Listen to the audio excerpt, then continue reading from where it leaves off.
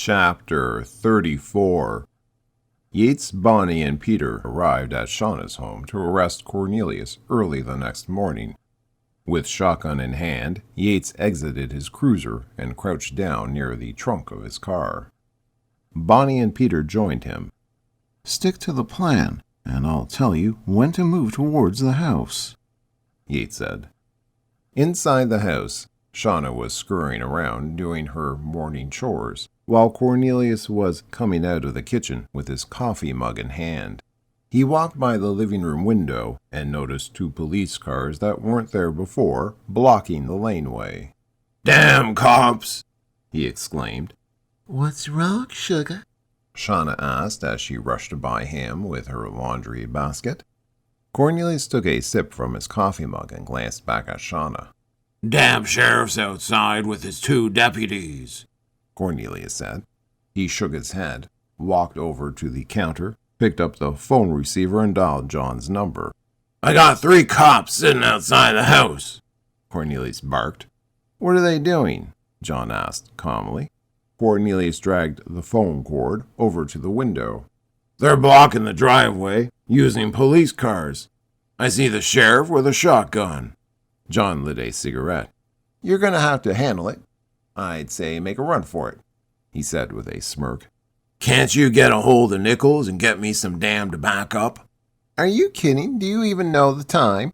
I have no idea where he is." "Fuck you," Cornelius yelled out. He slammed the phone receiver down, peered out the window again, and thought about his missing semi-automatic Beretta. Cornelius became enraged and quickly suspected Shauna of stabbing him in the back. He seized the phone and threw it against the wall. There was a loud noise as the phone shattered on impact and fell in pieces to the floor. Shauna came running down the hallway from the laundry room upon hearing the noise and found Cornelius raving mad. "This is all your fucking fault," he yelled out. "Me?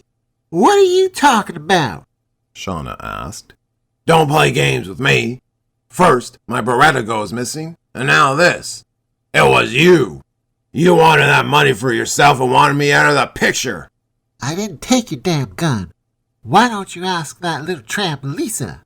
When was the last time you even heard from her? Don't think I don't know about the two of you," Shauna shouted. Cornelius did not know what to think anymore and aggressively shoved Shauna aside, causing her to fall to the floor on her backside.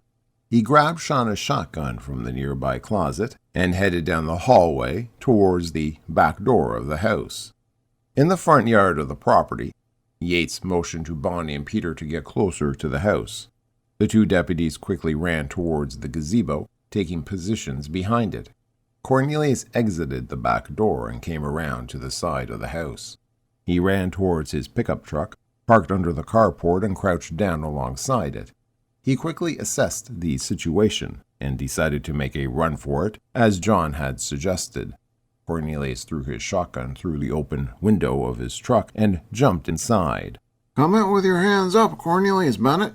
We've got the place surrounded," Yates yelled out from behind his sheriff's cruiser. Cornelius started his truck and floored it, tearing up the dirt and grass. He headed straight for the picket fence to the right of the blocked laneway. Bonnie let out 2 shots from her revolver and missed. Peter did the same and also missed. Yates stood up from behind the sheriff's cruiser and took aim.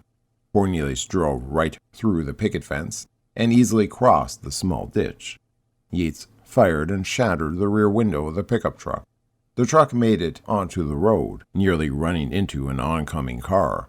The car blasted its horn at Cornelius as it went skidding into the ditch in an effort to avoid the truck. Yates jumped into his police cruiser and gave chase.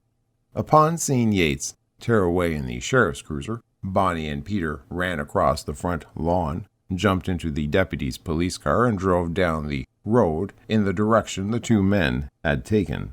"We're way behind y'all, Sheriff," Peter said into the radio. "You'd better floor it," Yates said. Cornelius turned onto the interstate and began to weave in and out of the morning traffic that was heading into town from the outlying areas. The sirens of the police cruiser screamed. The traffic tried to pull over to let the speeding vehicles through, but not all the cars were able to move out of the way. Instead, Cornelius muscled the cars off the road. He caught up to a tractor-trailer and got into the opposite lane to go around the transport. Yates floored his police cruiser, passed the big rig, and pulled alongside Cornelius, trying to force him off the interstate to no avail. An exit came up, and Cornelius made a right turn. The off-ramp merged onto a county road. Cornelius sent another car spinning into the ditch, but try as he might, he couldn't lose the sheriff. Yates grabbed the radio receiver while keeping an eye on Cornelius. Peter, we turned off the interstate at exit 201. We're traveling north on Blackstone Road, Yates said. Roger that, Sheriff. We're still a few minutes behind, following the trail of cars in the ditch, Peter said. Yates put the radio receiver down and continued to chase Cornelius. They drove for a few miles at high speed, when suddenly Cornelius began to slow down. Yates had to back off to avoid a collision as Cornelius drove onto the shoulder of the road and came to a complete and sudden stop. He lay down on the truck's bench seat and took his revolver out from the glove compartment. Yates turned the sound of the police siren off, opened his car door, and knelt down behind it, pointing his shotgun at the pickup truck in front of him. "Come out with your hands up, Cornelius Bennett," Yates yelled out. Cornelius fired 2 rounds at Yates through the blown-out back window. Yates ducked behind the car door to avoid the wild shots. Cornelius slid across the front seat, jumped out of his truck, and ran into the bush as he fired at Yates again. The sheriff took cover, then ran after Cornelius. Bonnie and Peter pulled up behind the sheriff's cruiser and saw Yates disappear into the trees. Cornelius knew the lay of the land around Reeves County, and he knew that just up ahead there was an old abandoned mine. Yates was further back, but could see Cornelius in the distance and fired a shot in his direction.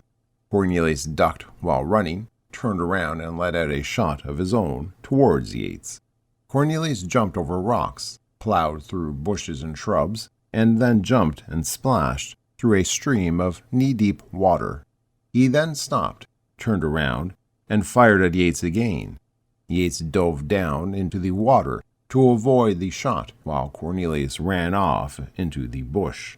Yates stood up soaking wet and grabbed his hat that was floating on top of the water. He stepped out of the stream and onto the rocks on the other side. He put his hat back on and continued the pursuit. Cornelius turned around, but could still see Yates, although he was much further in the distance. Cornelius came up to a rock formation and knew right away where he was. He followed the rock wall to the right until he came to a boarded-up tunnel. He removed the boards covering the entrance and quietly slipped into the darkness of the abandoned mine. Yates reached the rock formation and stopped. Dripping wet, he looked left, right, then up the rock wall, then down, and saw tracks on the ground. He turned right and followed the tracks around the rock face until he arrived at the abandoned mine entrance. He saw wooden boards on the ground and peered into the mine. He turned around, looked behind, but did not see his 2 deputies. He knew that Bonnie and Peter were on their way, but Yates couldn't afford to wait for them. He decided to take his chances and entered the void of the abandoned mine tunnel alone.